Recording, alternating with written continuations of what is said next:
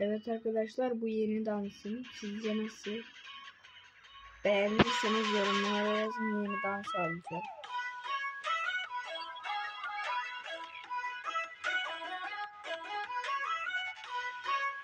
Sonra şimdi size yeni evimi göstereceğim. Artık yeni evim bu.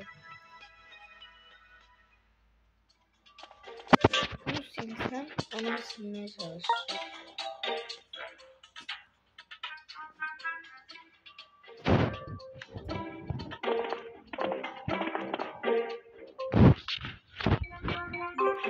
Şurası havada olmuş. İndireceğim.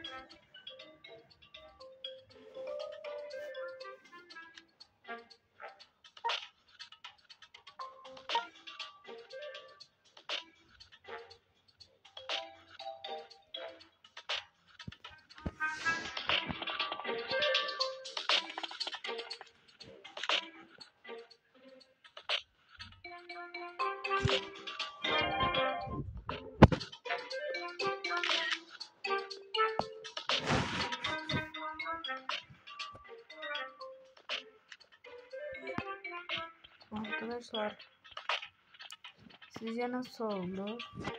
Yorumlarda bulacağım.